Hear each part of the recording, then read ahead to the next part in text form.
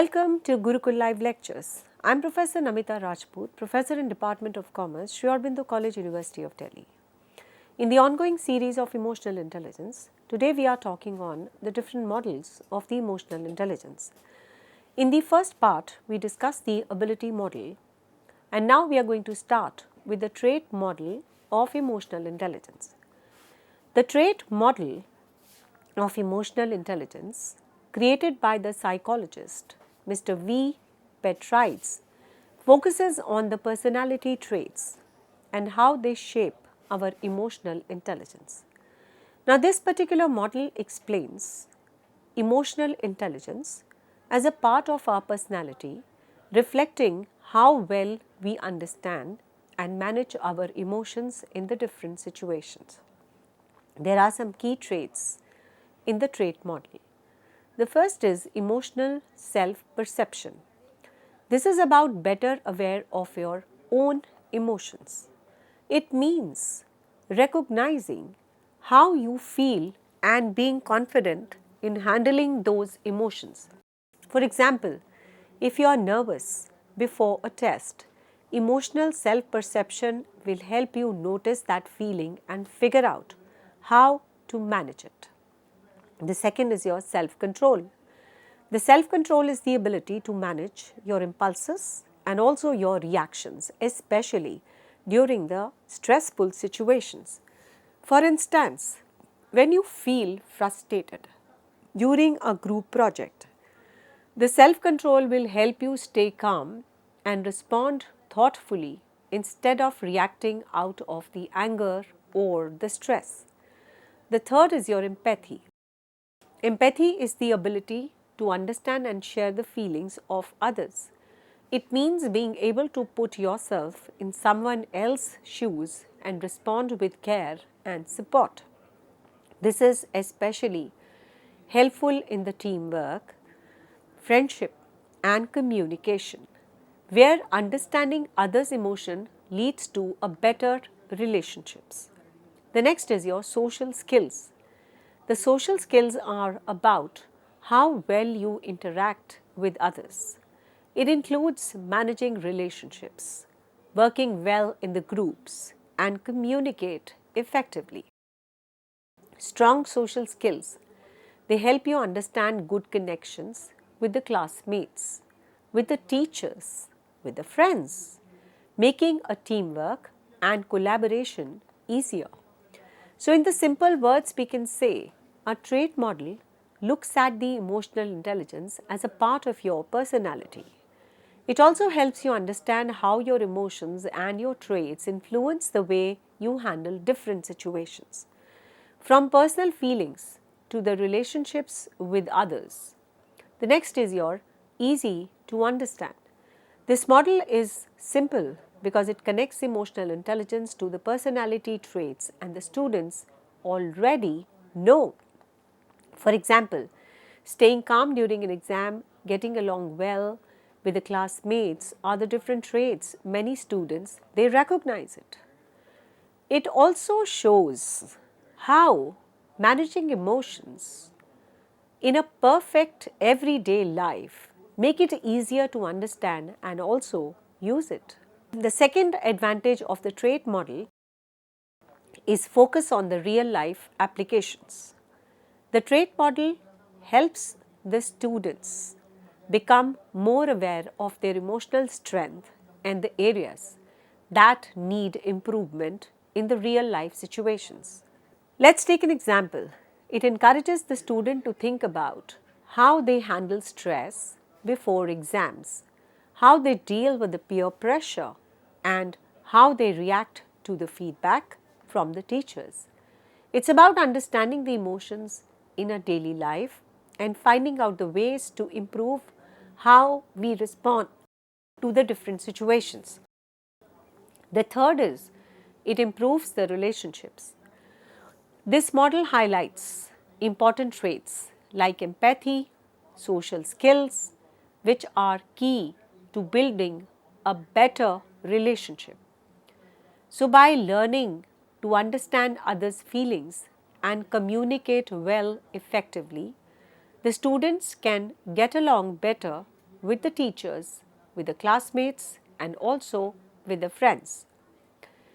So, this will lead to a positive and a supporting learning environment where the students feel more connected and also valued.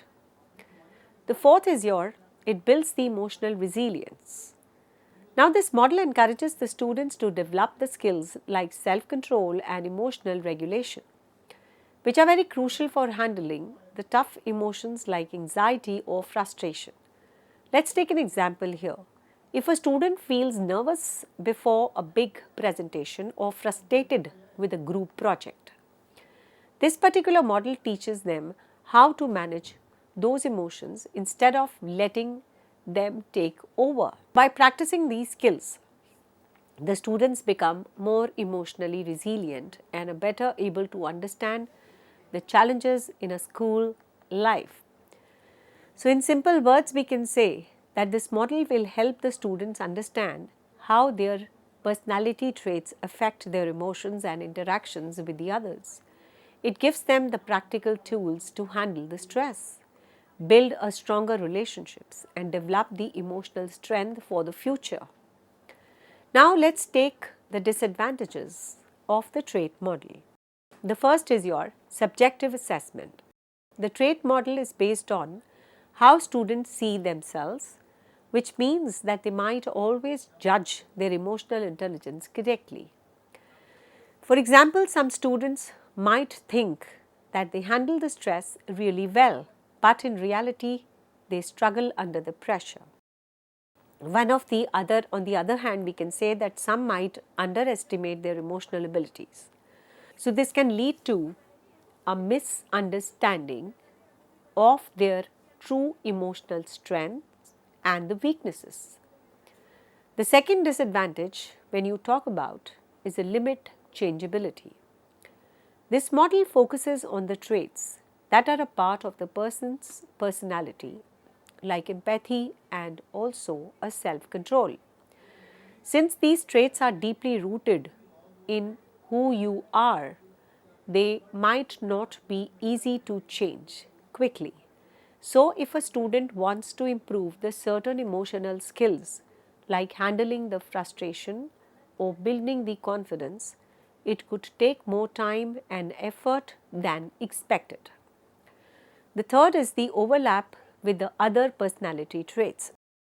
Some traits in the trait model like empathy, understanding others, or the self-control and managing reactions, they overlap with the broad personality traits like agreeableness, getting along with others, then conscientious, being responsible and careful. This can make it very hard to tell what is specific to the emotional intelligence and what is just a part of the student's overall personality. It can be confusing for the student trying to figure out which part of their behavior relates directly to the emotional intelligence. The fourth is the difficulty in measurement. Since the model depends on the student assessing themselves, it can be tricky to measure the emotional intelligence accurately. A student self-rating might not always reflect their actual abilities. Let's take an example. A student may believe that they have a strong social skills, but in practice, they may struggle to even communicate effectively in the group projects. They feel very hesitated. They don't feel a comfort at all when they have to speak in the group projects. So this makes it very harder to get a true understanding of their emotional intelligence. In the simple words, we can say the trait model can help the students understand their emotions. It can also have some limits. It's important to remember that the personal judgment isn't always accurate. It changes take time, and some emotions traits may overlap with the general personality traits, making it harder to measure the emotional intelligence very precisely. So, let's move on our dive into the mixed model, which is the third model what we are going to discuss on the emotional intelligence. The mixed model of the emotional intelligence, it combines the cognitive abilities and also the personal traits. It examines how people use their emotions, understand other emotions and handle the social situations. As the name suggests, it has the ability, it has the trait, and that's why it is called as a mixed model of the emotional intelligence. This model doesn't just focus on emotional skills, but they also consider the traits like empathy, self-awareness, and also the social skills. Let's take now the advantages of the mixed model. The first is your comprehensive assessment. This particular model provides a complete view of the emotional intelligence by looking at both the emotional ability and the personal traits. Now, it also checks how well a person manages their emotions, interact with others, and also handle the social situations. This particular mixed model makes it even more well-rounded approach than focusing on just emotional skills alone. The next advantage of the mixed model approach is a stable personality trait. It includes a stable personality trait like empathy, the ability to understand how others feel, and also the resilience, that is the ability to bounce back from any kind of a difficulty. Now, these particular skills and traits, they don't change much over time, and it also really helps the people managing their emotions in a very difficult situation.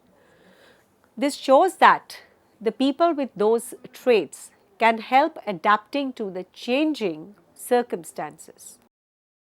The next is your predictive validity. The research shows that the mixed model can predict the things like leadership ability, the job success, and the personal well-being. People with the higher emotional intelligence, they have often better social interactions, they handle the stress better, and tend to perform well in their roles. This makes the mixed model very useful for understanding not only the emotional skills but also how certain traits affect the success and the well-being in the different areas of the life. Now, let us dive into the disadvantages of this mixed model. The first is a lack of agreement on the components. There isn't a universal list of what makes up the emotional intelligence in this model. So, there is a lot of ambiguity into it, there is a lot of subjectivity into it. The different researchers have given their different components, the different perspectives.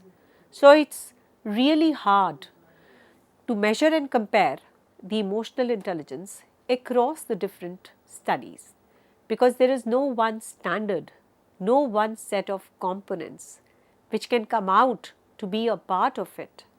It makes the research results very less consistent because different perspective, different researchers have different point of view. There is some type of overlapping also with some other constructs. Some part of the mixed model like empathy, understanding other feelings and the social skills are also considered the traditional personality traits. This overlap makes it hard to tell if the model is really measuring emotional intelligence or just repeating what's already measured in the personality test. It can cause confusion about whether the emotional intelligence is something separate or just a part of personality. There is a biasness in the self-report also. This model often relies on the self-report survey, where people rate themselves on their emotional intelligence.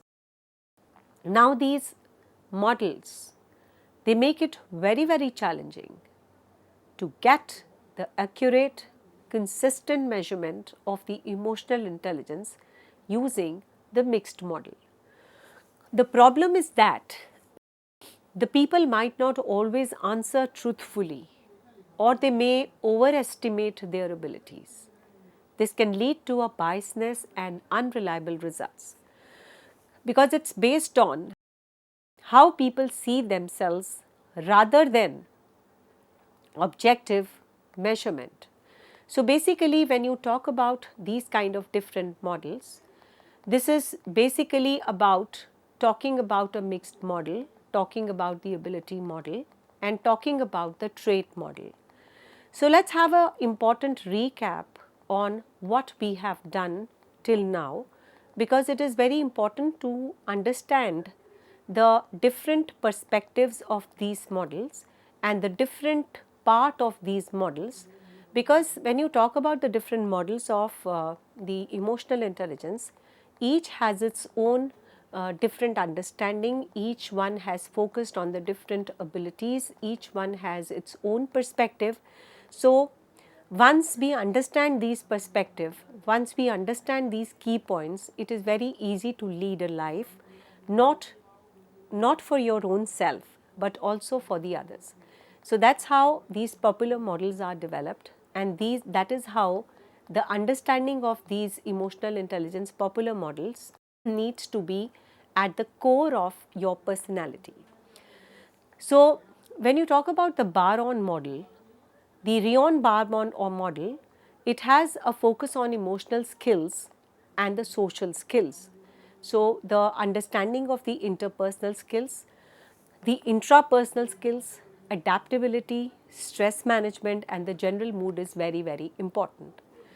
Then we came out with the Mayer and a Salway model ability. It has a 4-branch model: perceiving, understanding, using, and managing of the emotions. Then we had a Travis, Brantley, and a Jean model. This is a Goldman's work which simplifies the emotional intelligence into 4 key areas: self-awareness, self-management, self-relationship management, etc. This model has a very important point to be considered, that we have to how we understand our own emotions and how we can work on the self-esteem, self-confidence, we can express our emotions. So each model offers a different way to understand emotional intelligence and giving us the tools to manage our emotions better. By learning about these models, the students can improve the emotional awareness, build a stronger relationship, handle the stress, and deal with the challenges. Now we talked about the ability model, which was developed by the Peter Selway and a John Mayer. That is, you have to perceive the emotions. It's about noticing how people feel on their facial expressions, body language, and also the way they speak. Their tone of the voice, their facial expression, whether the anger is shown or the happiness is shown, or their tone of voice, whether it is high, low. So sometimes if you are able to understand, we will be able to manage the relationship very, very well. So the face is the index of mind, the body language is also very important, and even if that person is not saying anything, and if you are able to understand his emotions, then definitely interpersonal relationship will improve, the overall relationship will also improve. So you have to understand the emotions very well, and also about managing your emotions. So if you are able to perceive and see and understand these emotions, then you will be able to manage those emotions in a very, very effective manner. That is, you don't even let the feelings like a stress or an anger take over you. So it is not going to help you, but also help the others in this regard. So this particular ability model offers benefits for the students, benefits for the daily walk of life, explained in very, very simple terms. Like, you have a very, very important precision in your assessment, predictive power about how they are going to behave in a particular manner. It enhances your optimization as far as the decision making is concerned. It improves your relationship, when you talk about the school or the colleges, with your classmates, with your teacher. So they can make your life better, and they become better at listening, understanding others' feelings and showing empathy. So this helps in building a stronger and a more positive relationship and those around you. So basically the adaptability and resilience also plays a very vital role. The students with the high emotional intelligence can handle the tough situations in a better way. They adapt more easily the challenges like exam pressure, difficult assignments, bouncing back quicker than the setbacks, because the people with the low understanding of the emotions, their own and the others, they will not be able to bounce back very quickly. So this is a kind of an actual skill which everyone should learn and be more resilient in managing your stress, managing your peer pressure, and they may also face the challenges in the school and also the life. So by focusing on these areas, the ability model of the emotional intelligence helps the student develop the essential life skills, making a better equipped to handle emotions, improving the decision making and a strong relationship. But I mean, what I feel is that this particular model, that is the ability model, has a lot of limitations. Like some people overstate their abilities, although they are not that much able, but they make others feel that they are quite able. And also about the limited focus on the broader aspects of their emotions. While the model is vital in assessing their cognitive process of abilities, it may overlook the other factors also.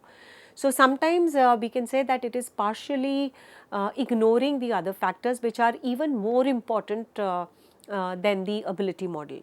So there are some cultural biases also, that the people which come from every nook and corner, they have certain abilities and some different set of abilities. So some test which is used in the ability model may have the cultural limitations, because the people coming from the rural background, people coming from the urban background, people coming from the regional background, they have the different way of expressing it. Some people are stone hearted, some people are very soft hearted. So it will affect the accuracy level of the assessment also, because not all students from the different cultural background will behave the way the ability model predicts them to be. So it's a kind of a real limitation when you talk about the ability model, that is, you have a very limited real world applications, the problem in the assessment and also the overstating of the ability. So this model measures the emotional abilities. It might not always predict the real life outcomes. Let's take an example here. The student may score well on the ability to recognize the emotions in a test, but need help in effectively the skill in the everyday social interactions. So they are weak in that. So definitely this is the major limitation of the ability model, that there is a lot of subjectivity in the scoring part. Then when you talked about the trait model, it is talking about and focuses on the personality traits and how well they shape their emotions. So this model explains the emotional intelligence as a part of our personality, reflecting how well we understand and manage our emotions in the different situations, like emotional self-perception, and then the self-control, then the empathy part is there, the social skills are there. So strong social skills may help you build good connections with your classmates, teachers, friends, making a teamwork and the collaboration very easy. So in the simple words, the trait model looks at the emotional intelligence as a part of your personality. It also helps you understand how your emotions and traits influence the way you handle the different situations, from the personal feelings to the relationship with the others. This model is very easy to understand. It focuses on the real life applications about your personality, about your areas of improvement in the real life situations. It also encourages the student to think how they can handle the stress before the exam, how they deal with the peer pressure, how they react on the feedback, because there are some people who react very negatively if they are told that they are not good, and sometimes there are people who say that the feedback is very good, they feel good, and if the feedback is negative, they behave negatively. But in all cases, feedback is always to have the improvement. So we should develop that kind of a personality trait to take the negative feedback also. It's about understanding the emotions in the daily life and finding the ways to improve how we respond to the different situation. It improves the relationship, and this leads to a positive and a very, very supporting learning environment where the students feel more connected and also valued. It also helps in building the emotional resilience, which is very crucial for handling the tough emotions like anxiety, frustration. So, if a student feels nervous about a big presentation or frustrated with a group project, so this model teaches them how to manage their emotions, and their emotions should not be taking over on them. So, the trait model simply helps the student understanding their personality traits affect their emotions and interaction with the others. So, there are some advantages which we talked about, like there is a subjective understanding of their emotions. There is a limited changeability. This is the major disadvantage, and since these traits are deeply rooted in the way you are, they might not easily and quickly changeable. So, if the student wants to improve certain emotional skills like handling frustration, building confidence, it can take some time. There are some overlapping personality traits also which cannot be overlooked. So, it can be there can be a lot of confusion about how to figure out the things in reality. So, definitely when you talk about the trait model, there is a great difficulty in the measurement also, which is also a problematic thing. So, and the last is a mixed model what we talked about. It is a combination of both the models, and it examines how people use their emotions in a different way. So, when you talk about the comprehensive assessment, the stable personality traits, predictable validity and variability, the lack of agreement on the components is a major disadvantage. There are some overlapping of the other constructs, and this overlap makes it very harder for this situation to be applied, especially in the measurement of the personality test, and it can also create a lot of confusion. There is also a biasness in the self-reporting because you try and report yourself in a very, very positive way. So, I hope all these models are very clear to you, and you will actually implement in the real life situation to make the life of others and also personally you very good and easy to lead. Thank you very much.